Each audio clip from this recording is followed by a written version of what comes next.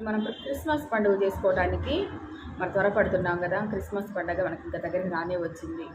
ఒక వారం రోజులు మనం క్రిస్మస్ పండుగను చేసుకోబోదు. అసలు క్రిస్మస్ పండుగ అంటే ఏమిటి, ఎందుకు మనం చేసుకుంటున్నాం అనే ఒక ఆలోచన కలిగి ఉంటే, ఆ ఆలోచనతోటే మనము ఈరోజు కొన్ని విషయాలను తెలుసుకుందాం. యోహాను సువార్త 3:16 రాయబడి ఉంటుంది.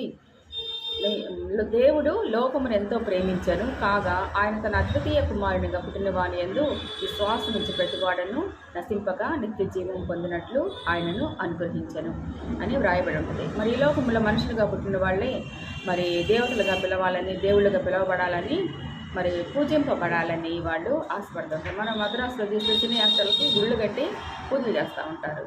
మరి సజీవుడైనటువంటి దేవుడు మరి ఆయన ఎందుకు ఈ లోకానికి వచ్చాడు? మన కొరకు ప్రాణం పెట్టి బలిగా అర్పింపబడటానికి ఎందుకు వచ్చాడు? నశించిపోతున్నాం, మనము ఈ లోకములో నశించిపోతున్నాం. మన పాపమును తీసివేయటానికి యేసయ్య ఈ లోకములో జన్మించాడు. పాపమును తీసివేయటానికి ఆయన ప్రత్యక్షమయ్యాడు. మన మీద ఏలుబడి చేసినటువంటి అపవాది క్రియలను లయపరచుటకే యేసయ్య ప్రత్యక్షమయ్యాడు.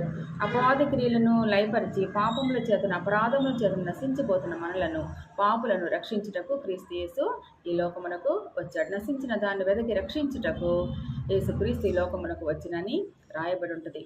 మరి లూకాసు వార్త 19:10 కూడా మానవ రూపుగా మనుష్య కుమారునిగా వచ్చిన దేవుడు మన కొరకు ఏమి చేశాడో వాక్యం ఇలా సెలవిస్తూ ఉంది. యెషయా గ్రంథంలో కూడా 53:5 ఆయన మన అతిక్రమములను బట్టి గాయపరచబడెను, మన దోషములను బట్టి నలుగుగొట్టబడెను, మన సమానార్థమైన శిక్ష అతని మీద పడెను, అతడు పొందిన దెబ్బల చేత మనకు స్వస్థత కలుగుచున్నది. మనమందరము గొర్రెల వలె త్రోవ తప్పిపోతుంది, మనలో ప్రతివాడు తనకి ఇష్టమైన త్రోవను తొలగిను, యెహోవా మనందరి దోషమును ఆయన మీద మోపెను.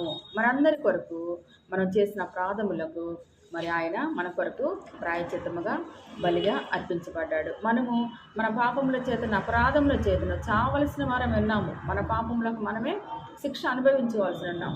అయితే దేవుడు తన కుమారుని పంపి మన శాప పాప రోగములను బాపి వాటి భారమును మన మీద నుంచి తొలగించాడు. మనుషుల కొరకు ఒక మనిషి చనిపోవడం సహజమే. ఇదిగో ఒక శిక్ష వచ్చిందంటే, అయ్యా నా కుమారుడు కాదయ్యా నేను భరిస్తాను ఆ శిక్ష నా మీద మొమ్మని మరి మనం వెళ్ళి అడ్డుపడతాం. ఒక తల్లి వెళ్ళి అడ్డుపడుద్ది బిడ్డ మీద ప్రేమతో. అయితే దేవుడు ఇల్లో సర్వలోకానికి ఉన్నటువంటి మరి పాప భారాన్ని భరించడానికి దేవుడే దిగి వచ్చాడు.